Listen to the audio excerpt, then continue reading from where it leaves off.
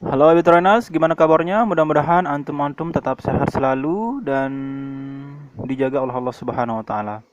Alhamdulillahirabbil alamin wa bihi nasta'inu ala umurna waddin wassalatu wassalamu ala asrafil anbiya'i wal mursalin wa ala alihi wa sahbihi ajma'in. Allahumma aslih ummata Muhammadin sallallahu alaihi wasallam wa farij an ummati Muhammadin sallallahu alaihi wasallam warham ummata Muhammadin sallallahu alaihi wasallam wansur wahfaz wa ayyid nahdatul watani fil alamin bihaqqi Muhammadin sallallahu alaihi wasallam wansur wahfaz wa ayyid nahdatul watani fil alamin bihaqqi Muhammadin sallallahu alaihi wasallam wansur wahfaz wa ayyid nahdatul watani fil alamin bihaqqi Muhammadin sallallahu alaihi wasallam.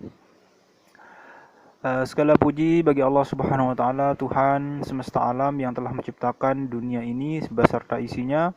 Salawat serta salam juga kita haturkan kepada junjungan alam Nabi besar Muhammad sallallahu alaihi wasallam yang telah membawa umatnya, membimbing umatnya, mendidik umatnya, mengajarkan akhlak pada kita semua. Laqad kana lakum fi Rasulillahi uswatun hasanah. Teman-teman Abitrainers yang berbahagia, Al-Maghfur lahu Tuan Guru Kiai Haji Muhammad Zaidun Abdul Majid merupakan salah satu tokoh atau ulama yang karismatik yang memiliki banyak kelebihan. Nah, pada kali ini kita akan membahas tentang karamah Al-Maghfur lahu Tuan Guru Kiai Haji Muhammad Zainuddin Abdul Majid atau lebih dikenal dengan Tuan Guru Pancor. Teman-teman Abitrainers, yang kita bahas sekarang adalah tentang seorang saksi yang melihat karamah beliau, namanya Mujahidin SAG. Jadi judulnya adalah Gulungan Cahaya Itu Melesat Menuju Rinjani. Pada malam itu Maulana Syekh masih berada pada Ummi, maksudnya masih bersama Ummi di gedeng rumah dalam kompleks madrasah. Jarum jam menunjukkan angka 9 lebih. Ummi Hajjah Rahmatullah di gedeng desa yang berdekatan dengan kompleks pertokoan Desa Pancor sedang duduk bercengkrama dengan seorang santri putri di ruang tengah. Tiba-tiba menyelononglah seorang yang tidak dikenal langsung masuk ke kamar tidur Maulana Syekh.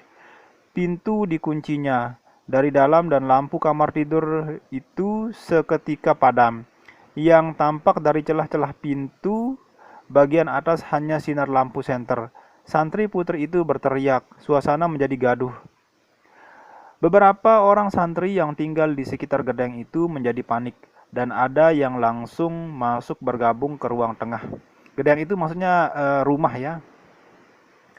Sesudah beberapa menit pintu kamar tidur itu terbuka dan orang yang tidak dikenal itu begitu cepatnya menyelinap masuk ke kamar sebelah timur yang mepet dengan teras.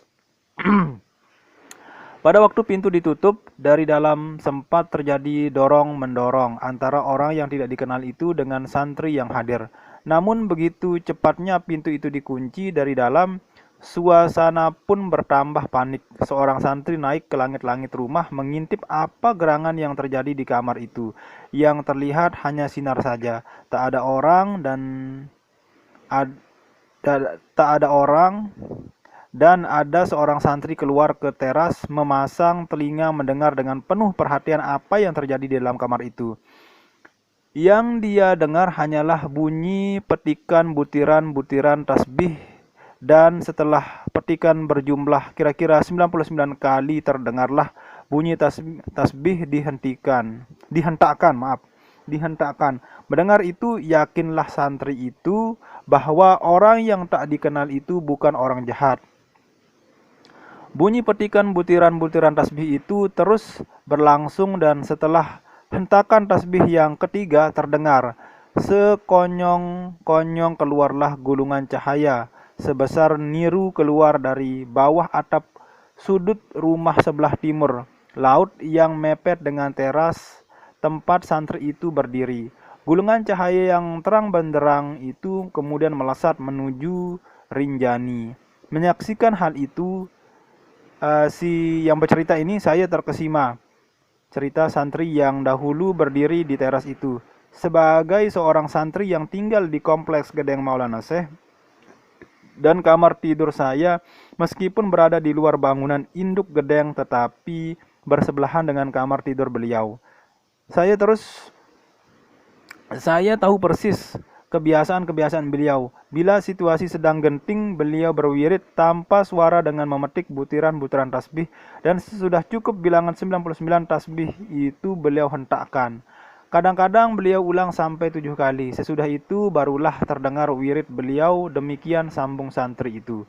Selanjutnya dia bercerita, sesudah menyaksikan gulungan cahaya yang melesat menuju Rinjani itu, saya masuk ke ruangan tengah, kemudian bersama-sama dengan santri yang lain kami membuka pintu kamar itu dengan paksa. Sesudah pintu terbuka, kami periksa semua sudut kamar, tetapi tak ada seorang pun yang kami temui. Maka yakinlah saya bahwa orang yang tidak dikenal itu adalah Maulana Syekh sendiri. Santri yang bercerita itu adalah Mujahidin SAG, sarjana agama yang berasal dari Jenggi, Lombok Timur. Nah, oke Betreners, mungkin jadi Al-Maghfurullah itu ternyata sering mengamalkan wirid yang bilangannya 99 kali. Apabila sudah 99 kali lalu dihentakkan. Nah, kemudian cahaya itu melesat menuju Rinjani. Maksudnya mungkin ini Gunung Rinjani ya. Nah, tapi di sana dikatakan Rinjani saja. Saya tidak tahu Rinjani itu apa, atau mungkin gunung, tapi tiba saja sih gunung sih. Gunung Rinjani. Nah, teman-teman Rabbit Trainers, gitulah karamah Al-Maghfurullahu Tuan Guru Kiai Muhammad Zainun Abdul Majid.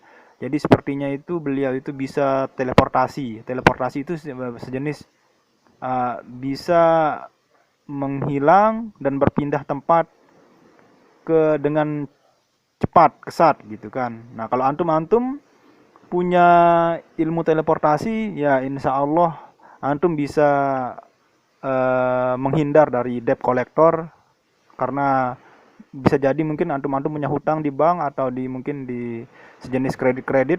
Ya, kalau antum punya ilmu teleportasi, ya antum bisa menghindar dari debt collector.